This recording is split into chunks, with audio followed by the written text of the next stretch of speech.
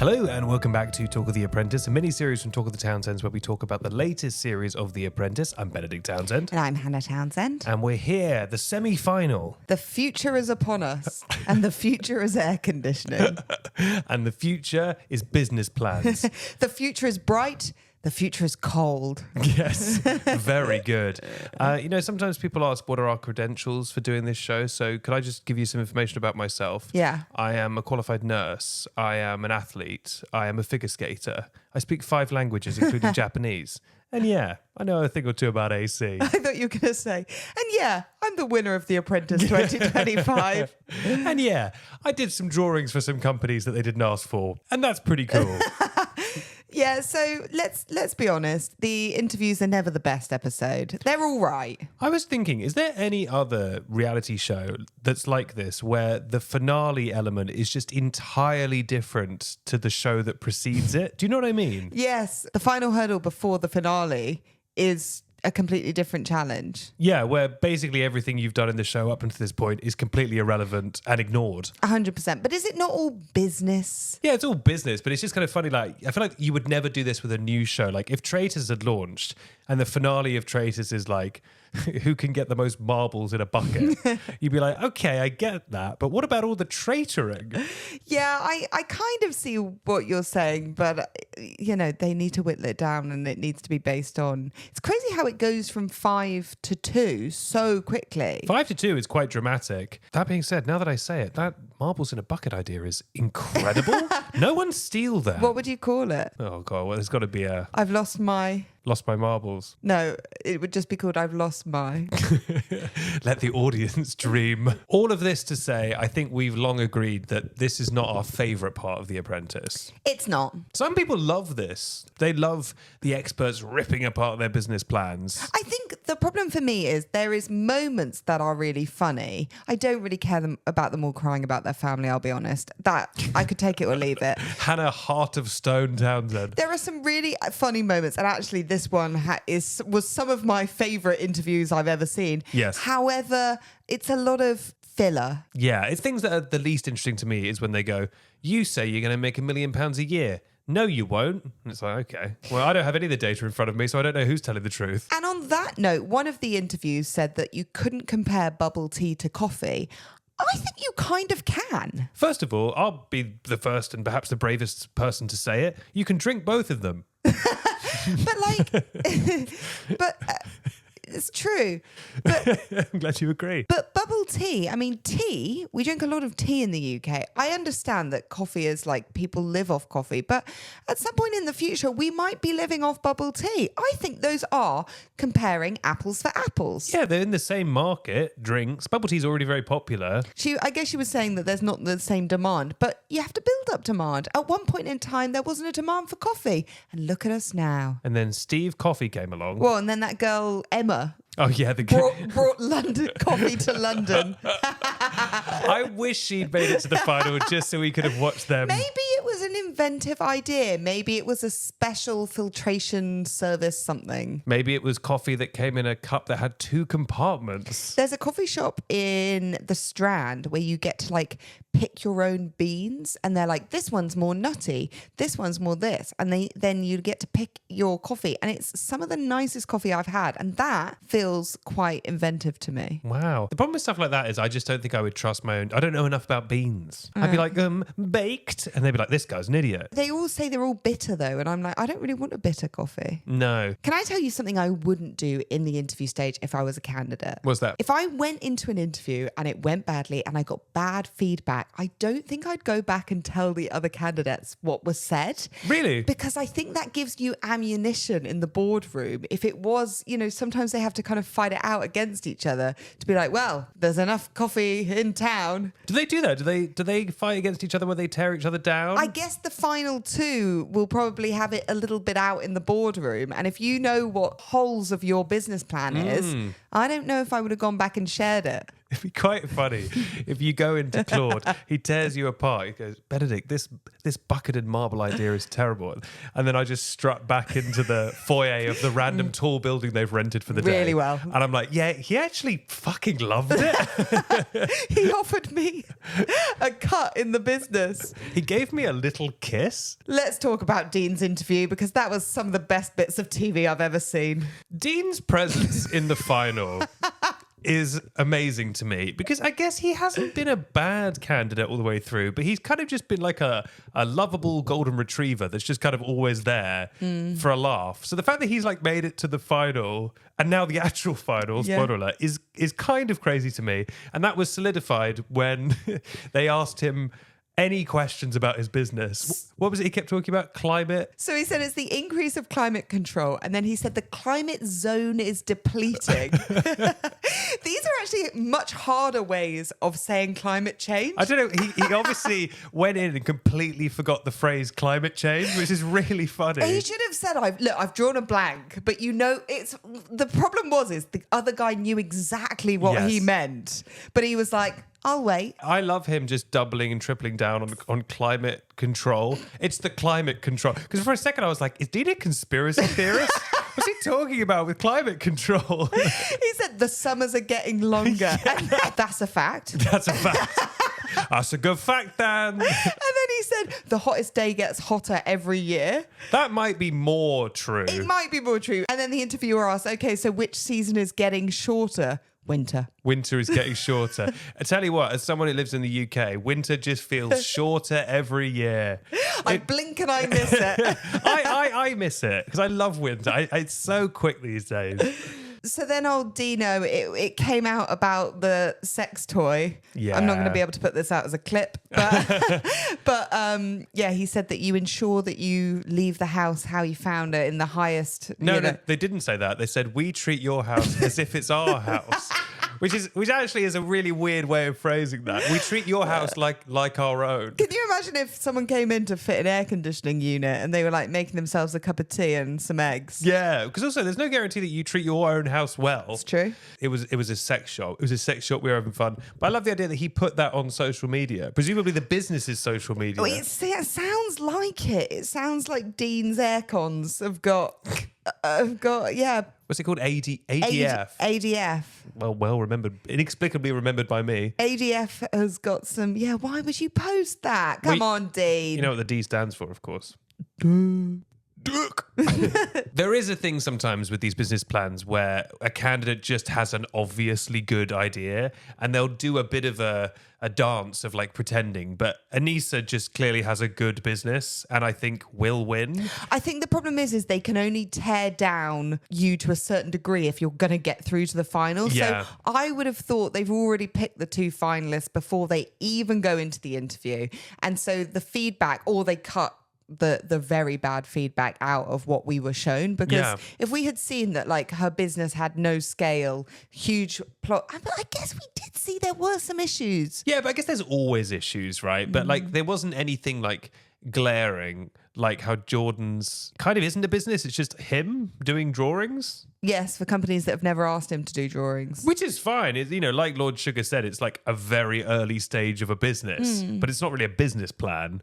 But with Anissa, it's like, no, I have an existing successful business and I want to make it bigger. It's like, okay, ching. Yeah, but the idea that she's got is to do a brick and mortar store, which he says is a terrible idea. So what is where's the money going? I guess just bigger pizzas. I'm desperate to try one though. We need to head on down. Sounds delicious. Where in London? No idea. But we had that fun twist where he went, I tried one of your pizzas and if I had to describe the taste, delicious. I knew it was going that way. Did you? Yeah, as soon as he started saying it, I thought he's not going to slate the way her pizzas taste. Also, that guy, and I can't remember his name, but that guy is always not quite as mean as you think he is. He's done that before where he's like, it was great.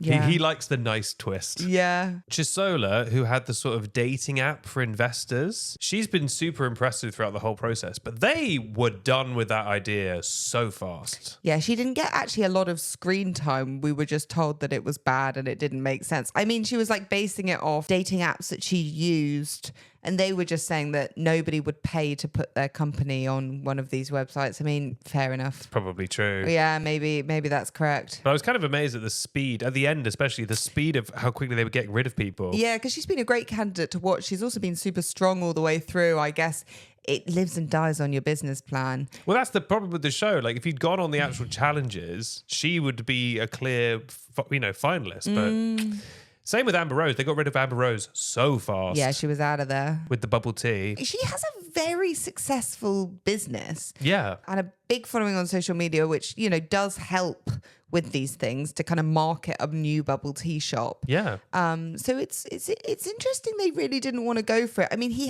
has invested in creams and cookies and, baked goods a couple of times now. Maybe they're looking to branch out. Maybe aircon is the way forward. Maybe pizza. Did he do like 2 years in a row where he Yeah. invested in like sweet shops? And then he did that gym. So we had a couple of things that happened. We had Dean saying the money would be a safety net, and then them asking a safety net for what, to which he couldn't answer. For a rainy day. Danger. He just kind of wants to bank it, I guess, and make money. He probably wants to invest it, put it in a nice savings account. Well, to be fair, for Dean, a rainy day would be bad because Yeah. he wants it to be a hot day. I do think AC is a smart business. I remember last summer seeing adverts for AC in London. It was the first time I'd ever seen it. Where did you see them? Because it wasn't on TV, because no company's ever done that. Yes, another fact he dropped. It was on the tube. And I was Really? thinking, God, that is a sign of what I like to call climate control. That is a The sign. depletion of the climate zone. Yeah, these long ass summers. But that is a sign of how hot it's getting that we now have to consider getting AC in the UK, know. which is kind of crazy. But it's not bad. When he said it's the business of the future, that's actually quite a depressing statement, but it is true. Yeah, AC takes a lot of adjusting to. If we had to have AC full time in the UK, do you think Dino's house is full of AC? Because that makes you sick. Yeah, I remember whenever I was a kid, I went to like Florida or whatever. Be sick. It was like insane to me because it'd be so hot outside and then freezing inside, and my body just couldn't handle it. I was like, And it's also sleeping in the aircon as well makes you sick. Something for him to use on his... yeah, that's a lovely testimonial we've given you there, Dean. Dean answering the question, what makes you different from other candidates? And him saying, I can sell air conditioning. It's It's actually that. so sweet. Yeah, he didn't put, I'm the winner of The Apprentice, Yeah. like Amber Rose did, which I thought was funny from I'm her. the human equivalent of a tank. I can sell, well, R.I.P. Mia. an air conditioning tank. Yeah, he was just like, I sell AC. You can't argue with that. He does. He does. He's the human equivalent of an AC tank. And then he did the thing of like, whatever that question was, and he was like, my family. I actually buy it with him though. Yeah. I was about to be a bit pessimistic of just like, oh God, everyone cries and wangs on about their family. But actually, he's mentioned in multiple clips how much he loves his fam. There was one of the experts, Claudine. I think Yes. she was, and like her thing seems to be that she does sob stories, well, not sob stories, but she does emotional stories with people. Yeah. To the point where the candidates were like, Did she get you? did she get you? And I'm like, is this a known thing in The Apprentice? Yeah, she always has a box of tissues. Fun fact, I actually worked for the media agency, or I used to work for the media agency, that I don't know if she was like, she was the big boss, and I would see her in our office. Would she make you cry? No, she'd never make me cry. I said hi to her, I think, on 2 different occasions, but I was like, she's on The Apprentice. And she went, Hannah, why are you doing all this? She went, Hannah, you're fired. And I was, You're fired. so I used to see her when I was at work, which was kind of cool. That's very cool. Claim to fame. Jordan with his animation. I don't want to be mean at all. Be mean. The adoration Jordan has got from like Lord Sugar. Have we missed a step? Because I'm not saying he's done a bad job on this show, but like Lord Sugar being like, here is my personal number, call me up anytime. Da da da da. I mean, great for Jordan, but I'm like, where has that come from? Is it because he did that inspirational speech last week? I think it's a mix of like, he's young, he's clearly very talented at animation, although I didn't see loads of that, but he must be very talented at it. That's the thing. I guess maybe if they've seen his work, so maybe his work is really impressive. Exactly. Like, what did he make for Aston Martin? Like, there must be something that we're not seeing, because I'm the same. You're like, what the heck? Like, Based on his performance on the show. agreed. I don't think he would have got that business card, but he must be talented at animation. He must have the foundations of what will be a big, good business. Yeah. He's just not quite there yet. But I agree, it does feel a bit left field, because we haven't, from his performance on the show, he was he was a fine candidate. Yeah. But for any animation task, he wasn't selected as PM. No, that's he true. moaned about it, and he's just been Jordan, really. I put him in kind of in the middle of the pack in terms of performance. I don't think he was like stellar on the show, but then maybe he draws real good. Because like Mia, if he'd pulled that move on Mia, you'd be like, well, she's the human equivalent of a tank. In Apprentice history, I can't remember a time that someone has been given a business card on the way out. It probably has happened once or twice before, but it's very rare. It's a real... You beat me to it. I was about to ask you, as our resident archivist, I was about to ask you if that's ever happened before, because I can't think of a time that's happened before. Lord Sugar loves a stay in touch when he likes the candidate. Or a with regret. Or a with regret, but you'd rather get a stay in touch. Yeah. But a business card, a number written down is big. Yeah, and him being like, that's real. Do call that. He was like really emphasizing. So maybe Jordan's really good at animation. Jordan should have walked out the room. I'm ready. The phone immediately rings. And then we have our two finalists, the heat of a pizza and the cool of an AC. Wow. A battle between fire and ice. Who you betting wins? Anissa, obviously, I think. I mean, with that being said, my predictions are always terrible on this podcast. I thought Mia was going to win, but I think she's way stronger, surely. I think it would almost undermine the show a little bit if Dean won. Because he's also clearly a real favourite of Lord Sugar. He's clearly a favourite of Lord Sugar. And also, like, where is this money going? He's not... To a rainy day. There's no point putting air conditioning units on TV.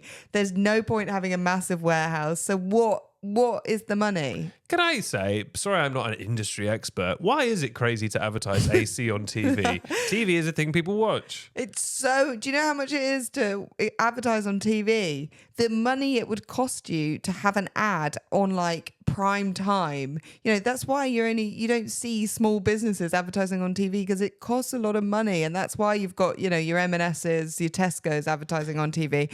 And so the amount it would cost you... But you wait till a really hot day, the hottest day of the year, which is hotter every year, and then you put all of the money Lord Sugar's given you into one big ad. You get your green screen out from The Apprentice. But then, you know, my love of out-of-home advertising, your best bet would be doing triggered out-of-home advertising for certain temperatures, which you can do. And McDonald's does some smart things where when it gets to certain temperatures, you know, McFlurry ads will come on. And wow. Yeah, really smart. And they once had a billboard that opened up, I think with McFlurries in it, when it got to a certain temperature, and then you could like go and grab a McFlurry. So there's smart things you can do with heat related advertising. TV's not one of them. Hannah, for context, Hannah works with out of home as part of her job. She's not just an absolute freak who loves out of home on her own time. I do love out of home. Me and Benedict will go to New York and I'll be like, that is a huge out of home billboard. Or we'll be somewhere, you know, we'll be in Swansea in the arse end of nowhere. And I'll be like, what an unusual place to have an out of home billboard. And Benedict's like, God, you're always going on. Can we call Swansea the arse end of nowhere? We're not saying that Swansea's the arse end of nowhere. We're saying that we've been like 15 miles out of Swansea. Yeah. There'll be a petrol station with a poster and Hannah will be there, hands on hips, going, she's a beauty. What a beautiful bit of ooh. Is this the first time we've had a man in the Apprentice final for like a decade? No. When was the last time we had a man? I feel like it's always two women. No, it will have. Yeah, well, it's I'm saying it's has. Tim. Tim, yeah, we had Tim. Tim's almost my... Right, I need to go to bed. Me too. Thank you so much for listening, and make sure to check out our new mini-series on Black Mirror, which is the first episode's online now. Hannah is kissing to make me end. Bye.